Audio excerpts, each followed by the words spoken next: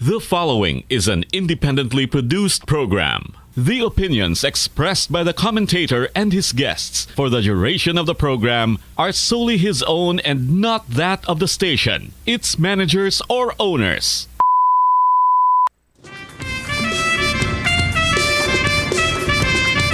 Sanggunian In Action, programa nga nadulong sa inyo sang Sangguniang Palalawigan nga ginapangunahan ni Iloilo Vice Governor Christine Tingtinggarin bilang presiding officer. Sanggunian In Action, hibaloon ang mga programa, mga resolusyon kag mga ordinansa nga ginapasad para sa kayuhan sang aton probinsya. Sanggunian In Action, upod kay SP Information Officer Bert Ladera. Sanggunian In Action.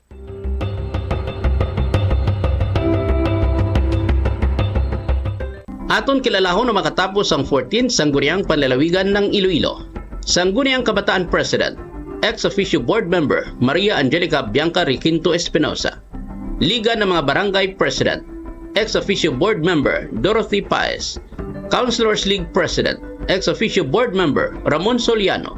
First District Board members Marcelo Valentine Sirag, Joan Herminanda.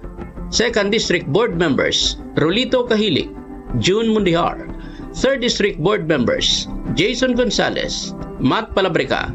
Fourth District Board members Rolando Distura, Domingo Oso Jr. Fifth District Board members Carol V. Espinosa Diaz, Binky April Tupas. Kagang presiding officer Vice Governor Christine Tingtinggarin, SP Secretary Attorney Raul Chusayco Jr. Mayong hapon Pilipinas, mayong hapon Western Visayas, labi na sa mga pamuluyo sa bugos nga probinsya sa Iloilo. Oras naman para sa Sanggunian In Action, 50 minutos nga update, balita, developments kag interviews. Upod sa gyapon sa labing una nga babayi nga vice gobernador sa probinsya sang Iloilo, Vice Governor Christine Tingtinggarin. Presiding officer sa ato nga 14th Iloilo Sangguniang Panlalawigan. Ato natagan sa igtalupangod ang masangkad nga serbisyo kag matuod nga pagkabalaka sa tao sang 14th SP.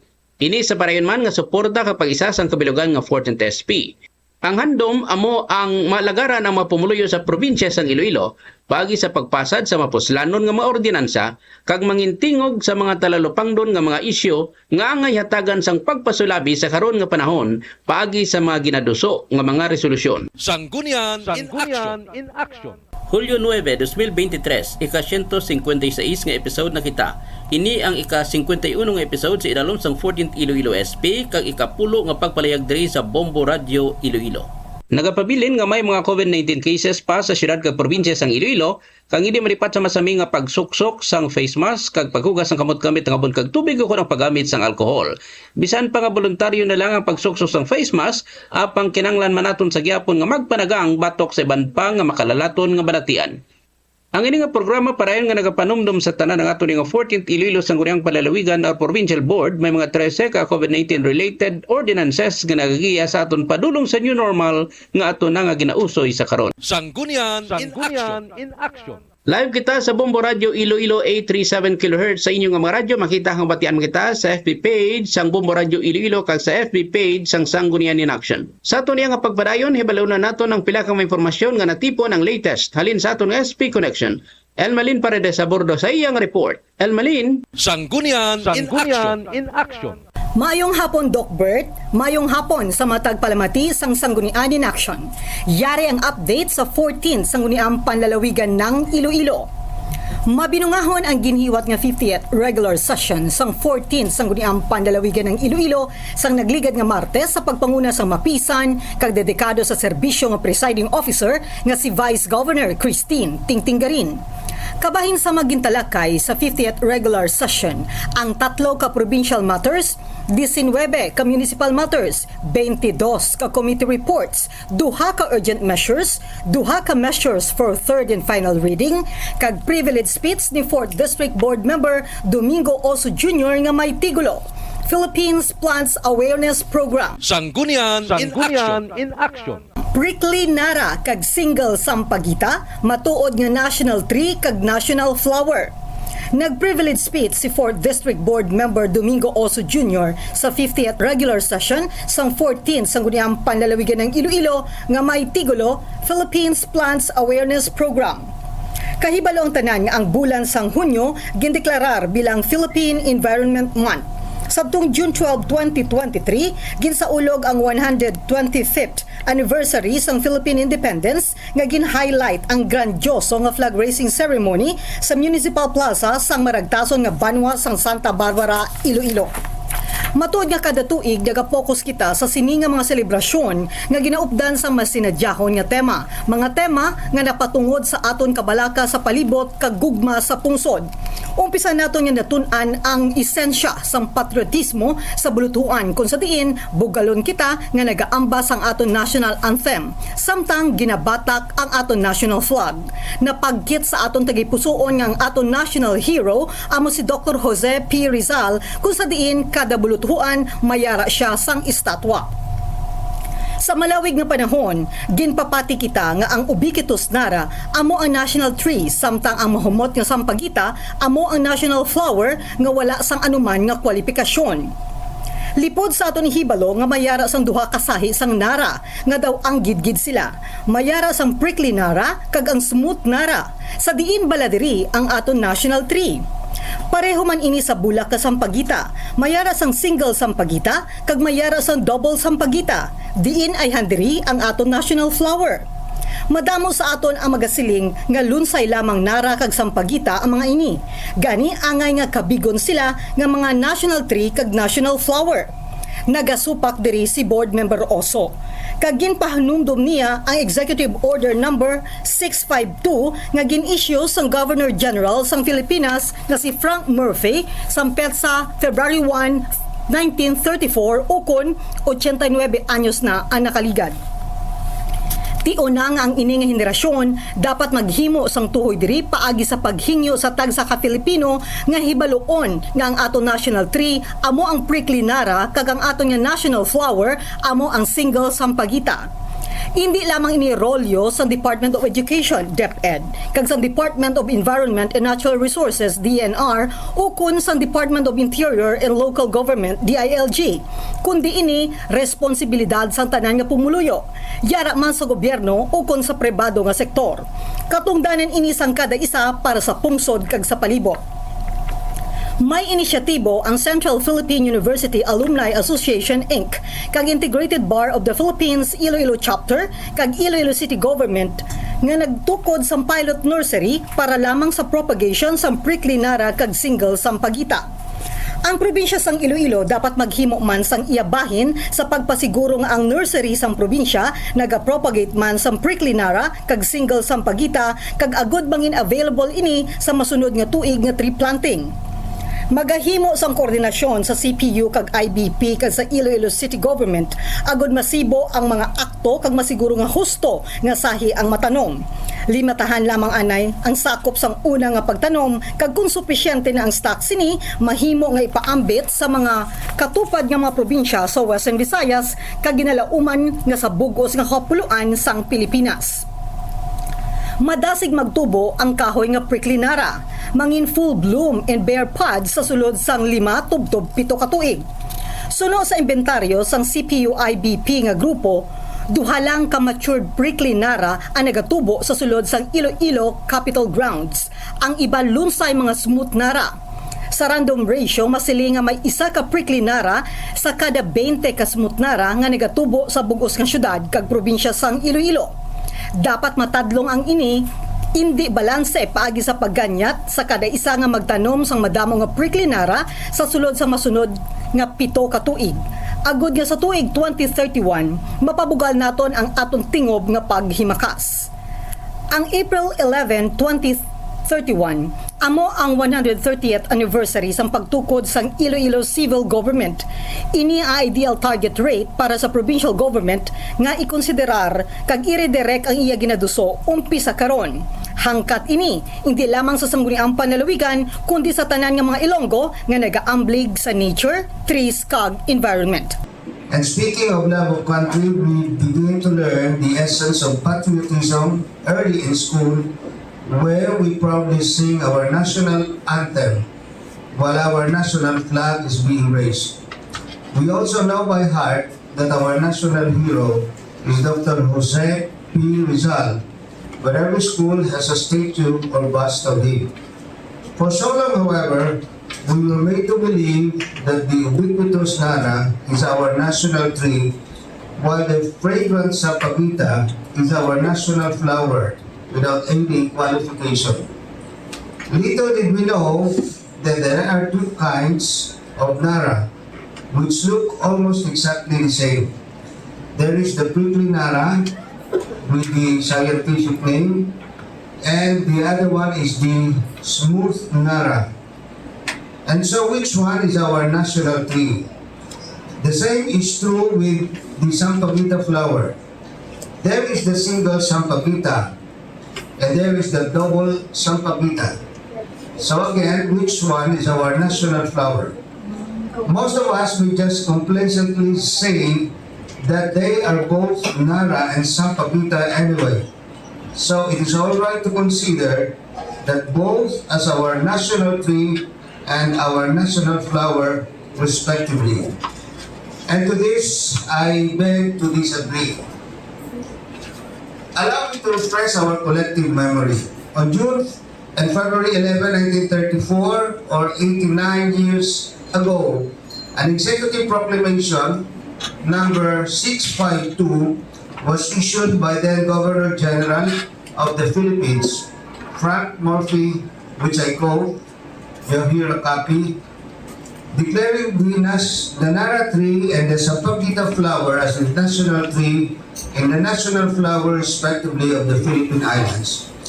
The forests are one of the stabilizing factors in the welfare of any land, particularly so the Philippine Islands, where the utilization of timber and other forest products constitutes an industry of great importance to the people. The adoption of a tree emblematic of this importance makes itself felt more and more in proportion as Philippine lumber becomes better known as in the markets of the world. In view of this, and in conformity with the steps taken by other countries in this direction, the selection of a tree from amongst the numerous species in the island appears fitting and proper. Sentiment likewise has dictated in other countries the selection of national flower, either symbolical of certain national traits or sentiments, or reminiscent of some important historical or traditional events. France has her fleur de lis, and Japan her cherry blossom. In the same way, the Philippines should also have her national flower.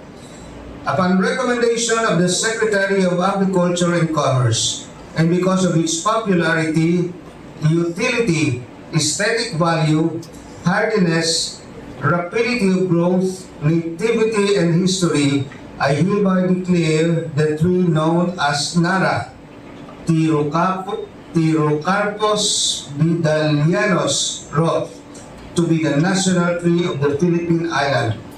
In like manner, upon recommendation of the Secretary of Agriculture and Commerce, considering its popularity, ornamental value, fragrance, and the role it plays in the legends and traditions of the Filipino people, I hereby declare the Sampagita, this is a Sminong Samba, to be the national flower of the Philippine Islands. And with this hereof, I hereunto set my hand and cause the seal of the government of the Philippine Islands to be affixed. This is done February, the year of the Lord, 1934. My apology, the national flower of Japan is chrysanthemum. So there you are, fellow members of this august body. The particular species of our national tree and national flower, as specified in this executive proclamation by their scientific name, Tirocarpus Vidalianus Roth, is now reclassified as Tirocarpus indicus wild, and its status is listed as a vulnerable species by the Department of Environment and Natural Resources and included in the red list of the International Union for the Conservation of Nature. It is high time that this generation should do something about this inadvertence by urging every Filipino to know that our national tree is the prickly nara and our national flower is the single sampakita. This is not only the role of the Department of Education in the Department of Environment and Natural Resource or Department of Interior and Local Government, but this is a responsibility of all well-meaning citizens, be he or she in government or in private sector. It is everyone's patriotic duty. It is also our sacred responsibility as stewards of our environment. I am aware of the initiative the Central Philippine University Alumni Association Incorporated and the Integrated Bar of the Philippines, which are working hand in hand with the Iloilo City government under the leadership of Mayor Jerry P. Treñas. They have established a pilot nursery devoted to the propagation of prickly nara and single sampagita. We in the provincial government of Iloilo must also do our share by seeing to it that our existing nurseries also propagate prickly nara and single sampagita and make it available for planting for next year. Let us coordinate with the CPU and IBP communities as well with our counterpart in the city government so we can synchronize our actions to make sure that we will be planting the correct species. As with the CPU-IBP group and the city government's strategy, let us first limit our planting area of coverage within our territorial jurisdiction. Then, if we are ready and have ample stock of prickly nara and single sampagita, we can share them with our neighboring provinces and Western Visayas and hopefully with the entire Philippine archipelago. The prickly nara is a fast-growing tree. It can be in full bloom and bear pods within 5 to 7 years. Its crown, when filled with golden flowers, is undeniably beautiful during summer. One can just imagine if all our public places are also adorned with blooming sampagita. I was informed by the CPU-IBP group that their inventory revealed that only 2 matured prickly nara are growing in the Iloilo provincial grounds. The rest are smooth nara. By random ratio, we can surmise that there is only 1 prickly nara for every 20 smooth nara that grow throughout Iloilo City and province. We must correct this imbalance by encouraging everyone to plant more and more prickly nara trees within the next 7 years so that by 2031 we can already take pride in our collective efforts. April 11, 2031, by the way, is the 130th anniversary of the establishment of the Iloilo civil government. This is an ideal target date for the provincial government to consider and redirect its tracks from now on. Sanggunian in Action. Tatlo ka resolutions ginduso ni Board Member Oso angot sa iya privilege speech. Ginduso ni 4th District Board Member Domingo Oso Jr. ang tatlo ka resolutions may kaangtanan sa iya ginpalayag a privilege speech nga may tigulo Philippines Plants Awareness Program. Nahibaluan nga ginpalayag sini ang iya privilege speech sa ginhiwat nga 50th regular session sang 14 Sangguniang Panlalawigan ng Iloilo. Ang tatlo ka resolutions ginalakipan sa mga masunod.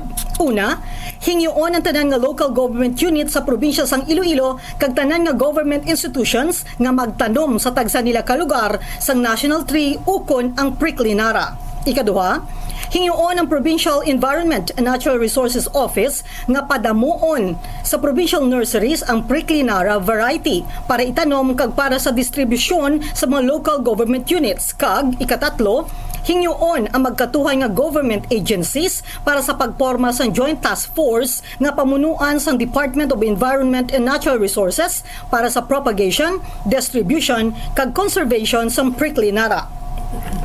Tionang ang ini nga henerasyon dapat mag-akto diri paagi sa paghingyo sa tagsa ka Filipino nga hibaluon nga ang aton national tree amo ang prickly nara kag ang aton nga national flower amo ang single sampagita. Hindi lamang ini rolyo sa Department of Education kag Department of Environment and Natural Resources ukon sa Department of Interior and Local Government, kundi ini responsibilidad sang tanan nga pumuluyo, yara man sa gobyerno ukon sa pribado nga sektor. Katungdanan ini sang kada isa para sa pungsod kag sa palibot. Sanggunian in Action. Provincial Ordinance Number 2023-301 aprobado na sa third and final reading sa 50th regular session sang 14th SP. Ginaprubahan na sa third and final reading sa 50th regular session sang 14th Sangguniang Panlalawigan ng Iloilo ang Provincial Ordinance Number 2023-301. Ang Provincial Ordinance Number 2023-301 may titulo, an ordinance giving rewards and recognition to the provincial winners of the Lupong Tagapamayapa Incentives Award, LTIA, in the province of Iloilo and appropriating funds thereof. Ang ordinansa gin-author ni ex-officio board member Dorothy Paez, Liga ng mga Barangay Provincial Federation President, kag co-sponsor sanday 3rd District Board Member Jason Gonzales, 5th District Board Member Carol V. Espinosa Diaz, 4th District Board Member Domingo Oso Jr., 4th District Board Member Rolando Distura, kag ex-officio board member Maria Angelica Bianca Requinto Espinosa, PPSK Iloilo Federation President.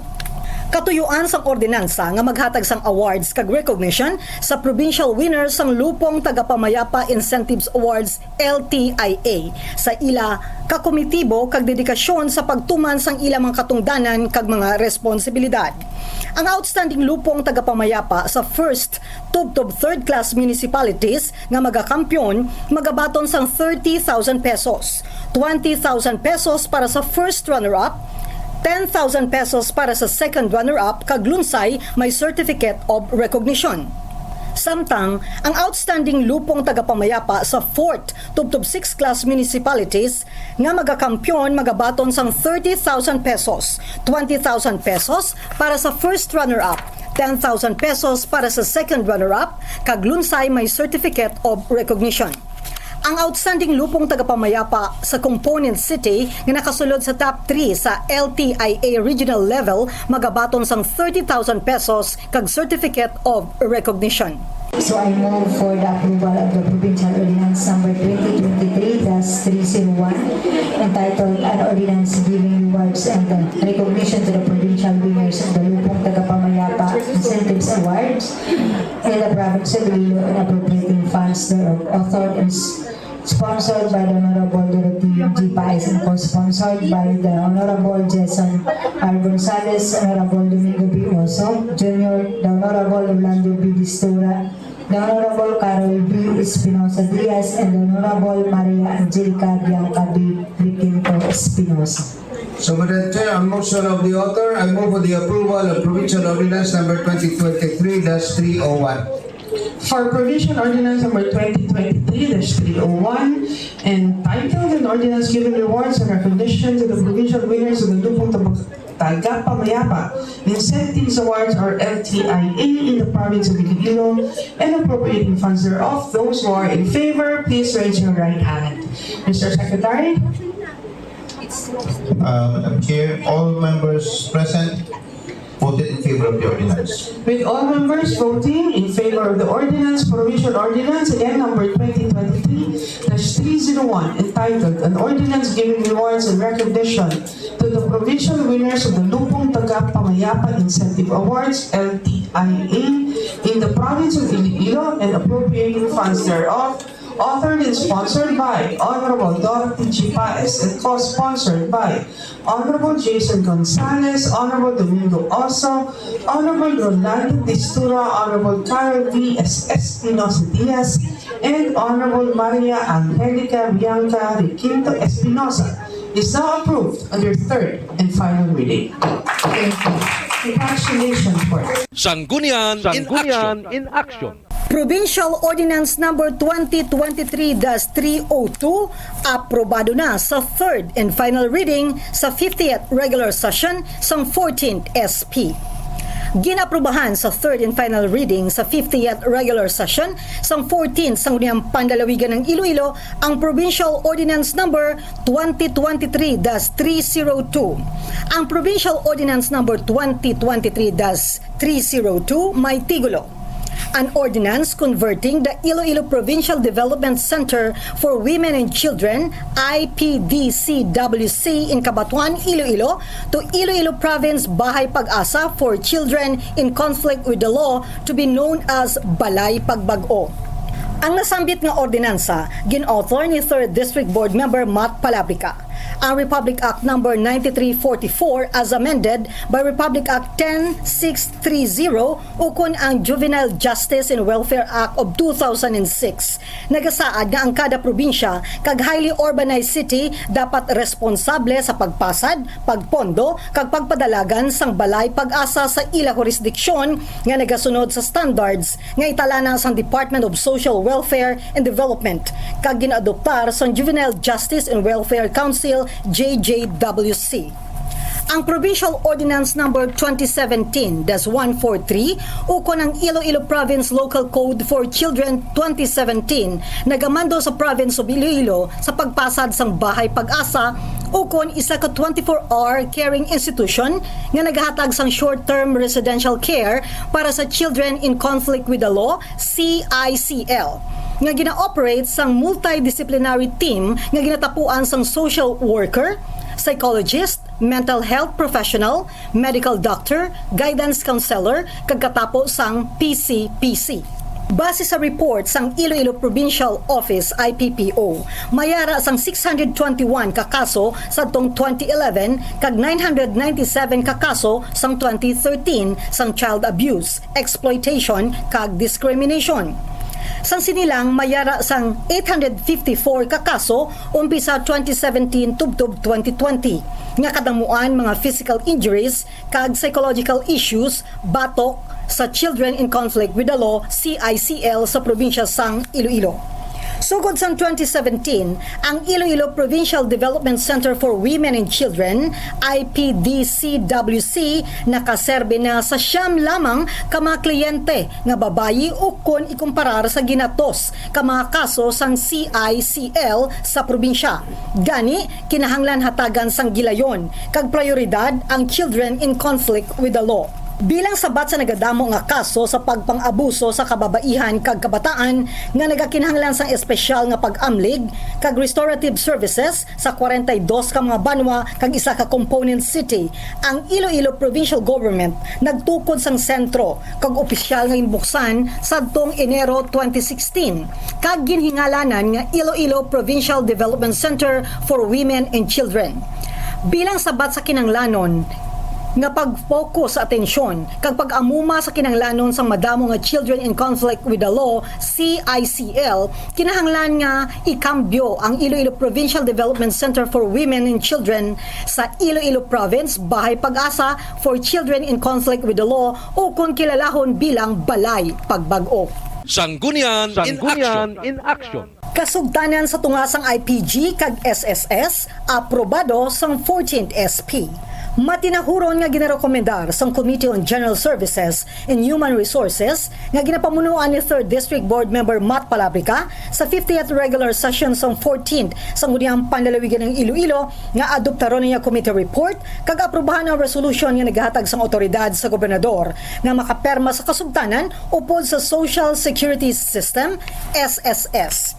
Nagsulat si Governor Arthur Defensor Jr. sa makatapos ang 14th SP pagi sa SP Secretary Atty. Raul Chusayco Jr. nga napitsahan June 7, 2023 nga nagahingo sa otoridad nga makaperma sa Memorandum of Agreement MOA for and on behalf sang Iloilo Provincial Government IPG upod sa Social Security System SSS angot sa coverage sa personnel nga ma-hire bilang job order support service kag contract of service bilang self-employed members sa idalom sang Social Security Law. Ginrefer ini sa komitiba durante nga ginahiwat ang regular session sang 14th SP. Kag ginendorso sang SP Secretary Attorney Raul Jusayco Jr. sa June 20 for study, report, and recommendation.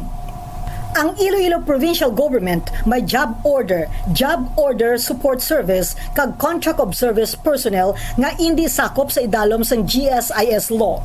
Ang Social Security System, SSS, nagproponer sa Memorandum of Agreement upod sa Iloilo Provincial Government IPG angot sa coverage sang sini nga mga personnel bilang self-employed members sa idalom sang Social Security law. Sadtong SP Resolution number 2020-122 nga napitsahan February 18, 2020, naghatag sang otoridad sa gobernador nga makasulod sa MOA upod sa SSS nga nagasakop sa contractual kag ukon job order personnel sang Iloilo Provincial Government Hospital Management Office IPG, HMO, kag mga ospital lamang sang Iloilo Provincial Government. Bilang sakop sa idalom sang SSS law, ang mga personnel makabaton sa mga benepisyo kag proteksyon nga ginahatag sang SSS sa mga katapo kag sa ila mga benepisyaro batok sa peligro sang disability, masakit, maternity, katigulangon, kamatayon, kag iban pa nga contingencies nga nagaresulta sang pagkadula sang palangabuhian, alabagahon, pinansyal. Ginakabig ini nga balido sang komitiba santo sa mga probisyon sang CSC COA DBM Joint Circular Number Series of 2017 ka Republic Act 7160 ukon ang Local Government Code of 1991, partikularmente Section 77 may angot sa Section 18 Article 2 sang 1987 Philippine Constitution.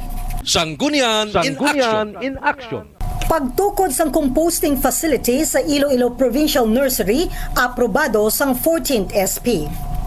Ginarekomendar sang Committee on Infrastructure nga ginapamunuan ni 4th District Board Member Rolando Distura sa 50th regular session sang 14th Sangguniang Panlalawigan ng Iloilo nga adoptaron niya committee report kag aprobahan ng resolution nga nagahatag sang otoridad sa gobernador nga makaperma sa contract agreement upod sa Third Dragon Builders Innovation. Nagsulat si Governor Arthur Defensor Jr. nga napitsahan May 22, 2023 nga nagahingyo sang otoridad nga makaperma sa contract agreement for and on behalf sang Iloilo Provincial Government IPG upod sa Third Dragon Builders Innovation para sa pagtukod sang composting facility sa Iloilo Provincial Nursery, Barangay La Granja, La Paz, Iloilo City para sa bid price nga 459,977 pesos and 90 centavos. Ginrefer ini sa komitiba durante nga ginahiwat ang 48th regular session sang 14th Sangguniang Panlalawigan ng Iloilo nga napitsahan June 20, 2023. Kaginendorso sang SP Secretary Attorney Raul Jusayco Jr. for study, report, and recommendation. Ang nasambit nga proyekto nalakip sa Annual Investment Program for Calendar Year 2023 nga may program project title Agricultural Development Program. Ginadoptar sa komitibang opinyon sa Provincial Legal Office PLO nga nagasiling nga nasambit nga kasugtanan balido santo sa Section 16 kag Section 465 sa Republic Act 7160 ukon ang Local Government Code of 1991. Relative to the letter of the Honorable Governor Arthur R. Defensor Jr. to Sanggunian Panlalawigan members dated May 22, 2023, requesting authority to sign the contract agreement for and on behalf of the Iloilo Provincial Government with Third Dragon Builders Innovation for the establishment of composting facility at Iloilo Provincial Nursery, Barangay La Granja, La Paz, Iloilo City for the bid price of 459,997 pesos and 90 centavos. The above-mentioned subject matter of this report was referred to the Committee on Infrastructure during the 48th regular session of 14th Sangguniang Panlalawigan ng Iloilo dated June 20, 2023 and duly endorsed by the Sangguniang Panlalawigan Secretary for study, report, and recommendations. In view of the foregoing considerations, this committee recommends for the adoption of this committee report and the approval of a resolution granting authority to the Honorable Governor Arthur R. Defensor Jr. to sign the contract agreement for and on behalf of the Iloilo Provincial Government with Third Dragon Builders Innovation for the establishment, the composting facility at Iloilo Provincial Nursery, Barangay La Granja, La Paz, Iloilo City, for the bid price of 459,977 pesos and 90 centavos, Your Honor. Your Honor, for committee report 10-14, I move for the adoption of the report. So moved. And second the motion, Honorable Herminanda Siliano Paez. Committee report is hereby adopted. Thereafter, Your Honor, I move for the passing of a resolution granting authority to the Honorable Governor Arthur R. Defensor Jr. to sign the contract agreement for and in behalf of the provincial government with Third Dragon Builders Innovation for the establishment of composting facility at the Iloilo Provincial Nursery, Barangay La Granja, La Paz for the bid price mentioned by the committee chair. I so move. So moved. And second the motion, Honorable Herminanda Diaz Siliano and Paez. Motion is approved. Sanggunian in Action. 8 ka magkatuhay nga mga proyekto nga ipatuman sa probinsya sang Iloilo aprobado sang 14th SP. Ginarekomendar sang Committee on Infrastructure nga ginapamunuan ni 4th District Board Member Rolando Distura sa 50th regular session sang 14 Sangguniang Panlalawigan ng Iloilo nga adoptaron niya committee report kag aprobahan ng resolution nga nagahatag sang otoridad sa gobernador nga makaperma sa contract agreement upod sa mga contractors suppliers. Nagsulat si Governor Arthur Defensor Jr. nga napitsahan May 29, 2023 nga nagahingo sang otoridad nga makaperma sa contract agreement for and on behalf of Iloilo Provincial Government IPG upod sa mga contractors suppliers. Ginalakipan ini sa mga masunod. AGM Silver Construction for completion upgrading of Dr. Ricardo Y. Ladrido Memorial Hospital, Lambunaw, Iloilo for the bid price of 10,399,899 pesos and 48 centavos. AGM Silver Construction for the construction of overflow crossing along Salog River, Barangay Dagami, Maasin, Iloilo for the bid price of 2,145,119 pesos and 29 centavos. Mackenzie Construction and Supply for the improvement of Patong-Patong Water System, Barangay Patong-Patong, Haniway, Iloilo for the bid price of 953,002 pesos and 24 centavos. Giant West Construction Corporation for the improvement of water system, Barangay San Isidro, Dueñas, Iloilo for the bid price of 1,223,435 pesos and 65 centavos. RMKP Construction for construction of water system, Barangay Binulusan Grande, Kalinog, Iloilo for the bid price of 1,799,092 pesos and 93 centavos. RMKP Construction for the improvement of water system, Barangay Kunsad, Alimujan, Iloilo for the bid price of 1,177,089 pesos and 8 centavos. RMKP Construction for the construction of water system, Barangay Igpigos, Igbaras, Iloilo for the bid price of 779,180 pesos and 50 centavos. Kag Edson and Company Inc. for completion of cacao processing factory, Barangay Ginubatan, New Lucena, Iloilo for the bid price of 4,494,097 pesos and 26 centavos. Ginrefer ini sa komitiba durante nga ginihiwat ang 48th regular session sang 14th SP nga napitsahan June 20, 2023 kag ginendorso sang SP Secretary Attorney Raul Chusayco Jr. for study, report, and recommendation. Ginadoptar sang komitiba ang opinyon sang Provincial Legal Office nga nagasiling nga ang nasambit nga mga kasugtanan balido santo sa Section 16 kag Section 465 sang Republic Act 7160 ukon ang Local Government Code of 1991 subject to proper accounting rules and regulation. Relative to the letter of the Honorable Governor Arthur R. Defensor Jr. to the Sangguniang Panlalawigan members dated May 29, 2023 requesting authority to sign the contract agreements for and on behalf of the Iloilo Provincial Government with the following contractors and suppliers to be 1. AGM Silver Construction for completion and or upgrading of Dr. Ricardo Y. Ladrido Memorial Hospital, Lambunaw, Iloilo for the bid price of 10,399,899 pesos and 48 centavos. Second, AGM Silver Construction for construction of overflow crossing along Salog River, Barangay Dagami, Maasin, Iloilo for the bid price of 2,145,119 pesos and 29 centavos.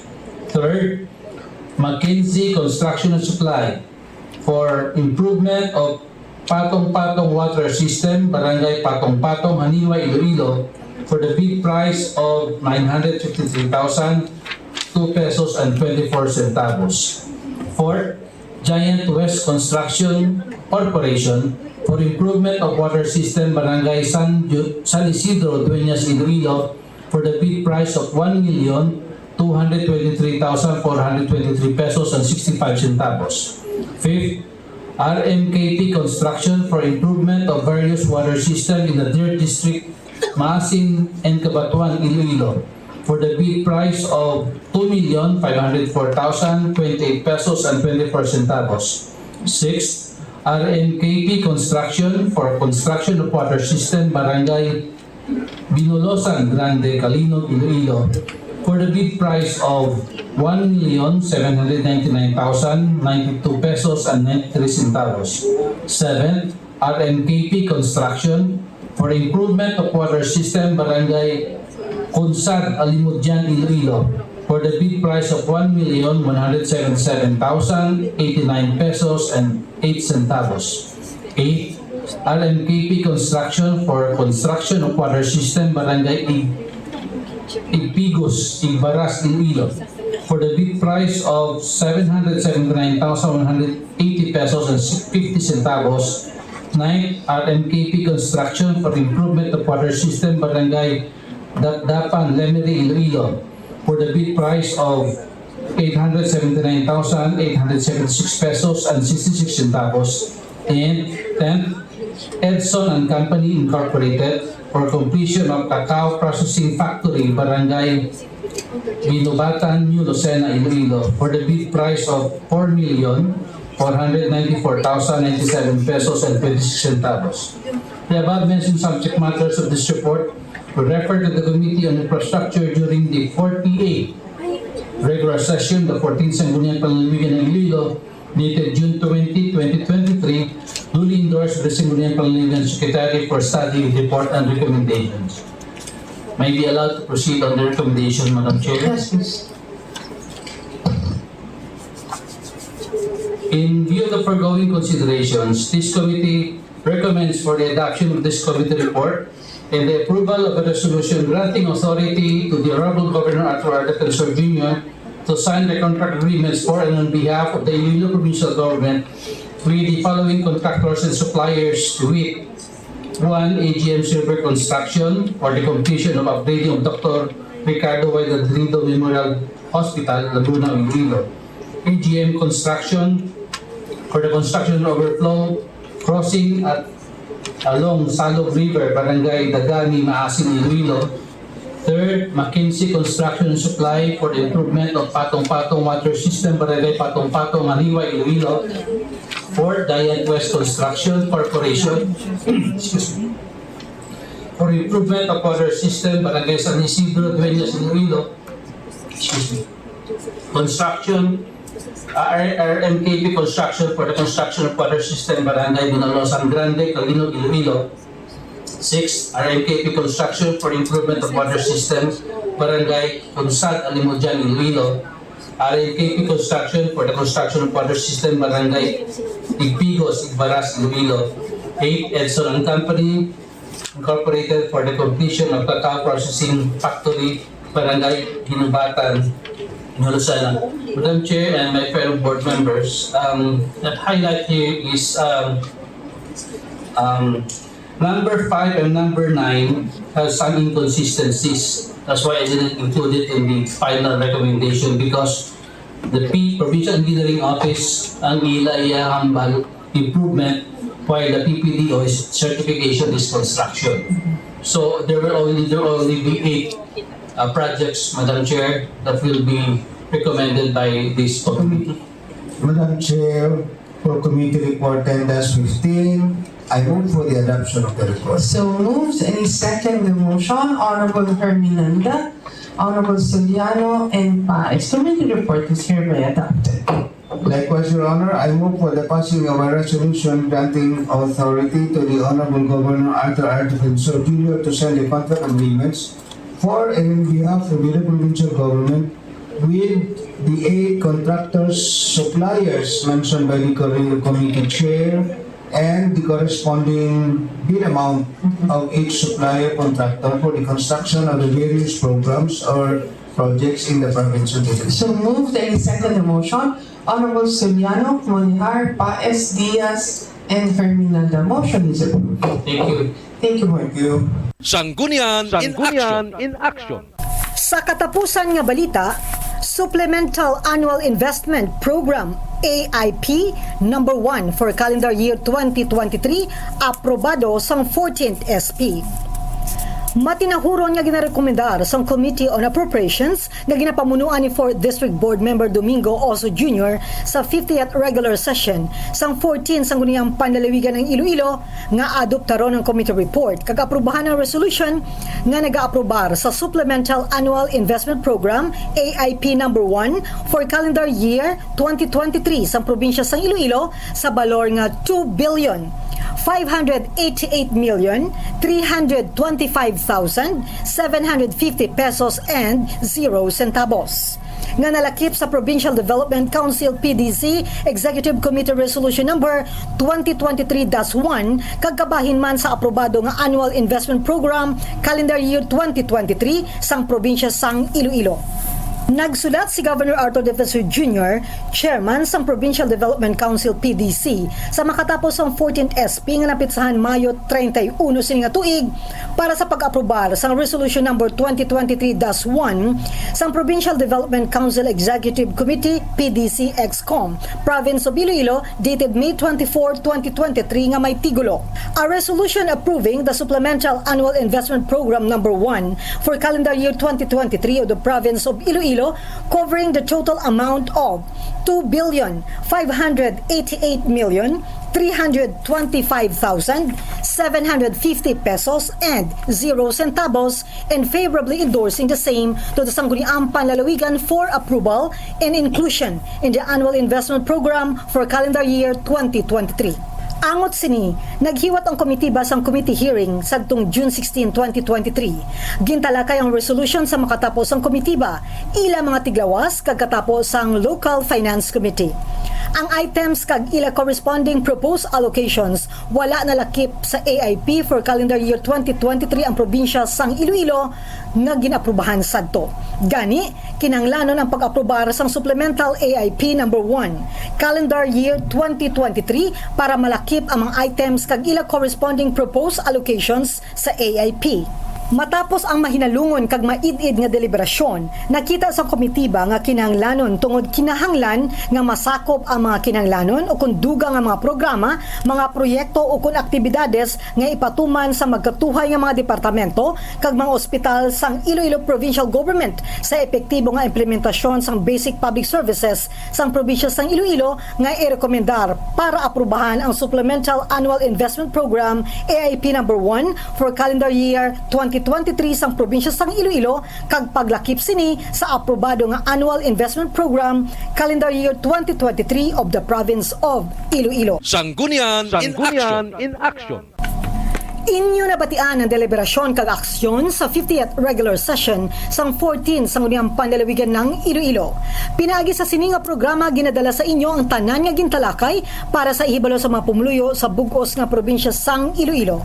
Dapat makahibalo kamo sa mga balita, impormasyon, serbisyo kag dedikasyon sa makatapos ang 14th SP. Upod kay Vice Governor Christine Tingtinggarin bilang presiding officer kag kabilugan nga provincial board ang mensahe, we act as one, we heal as one, and we shall recover as one. Balita, halin sa Sanggunian, Elmalin Paredes Abordo reporting, Sanggunian in Action. Tubtob sa masunod nga semana, Sanggunian in Action. Madamo nga salamat Telmalin sa mapuslanon nga mga impormasyon para sa kasayuran sa mga pumuluyo sa bugos nga probinsya sang Iloilo. Sa ngalan ni Vice Governor Christine Tingtinggarin sa atong SP Secretary Attorney Raul Josico Jr., kabilugan nga katapos ang 14th Iloilo SP kag bugos nga puwersa sang Sanggunian In Action Program. Diri na magatakop ang ining edisyon sa aton programa, Sanggunian In Action. Mabatian diri sa Bombo Radio tag sa Domingo, alaw na sa ngapon. Makitaan mabasahan sa Facebook page Sanggunian In Action. Sa padayon nga pagserbisyo sang 14th SP sa inyo, ini ang inyo alagad Bert Ladara nga nagapanumdom. We do not only heal as one but recover as one. Keep safe, everyone. Sanggunian In Action. Inyo nabatian ng isa naman ka mabinungahon ng edisyon sang Sanggunian In Action. Padayon na lang ang inyong pagpamati sa sininga programa, Sanggunian In Action.